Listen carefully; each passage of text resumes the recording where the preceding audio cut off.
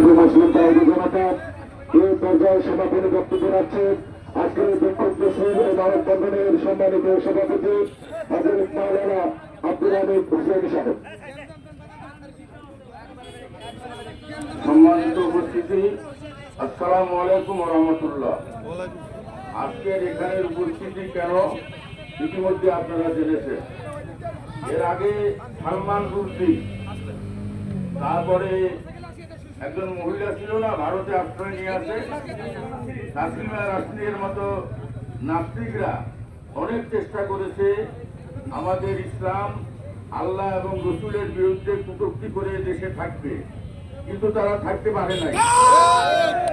তারা এখন করতেছে, এরা নতুন কুলাঙ্গার, এরা আমাদেরকে নাড়া দিতে চায় আমাদের ইমানি চেতনা ঠিক আছে কিনা।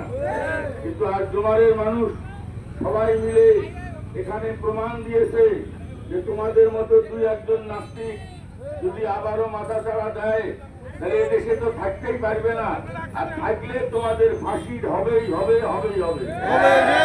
আপনারা অনেক কষ্ট করে দূর দরাজ থেকে এখানে হাজির হয়েছেন, সেজন্য আপনাদেরকে আন্তরিক মোবারকবাদ জানাচ্ছি। যে সমস্ত যুবক তরুণেরা আজকের এই বিক্ষোভ মিছিলের আয়োজন করেছে, নেতৃত্ব দিয়েছে, তাদের দীর্ঘ জীবন এবং সুস্থ জীবন কামনা করছি।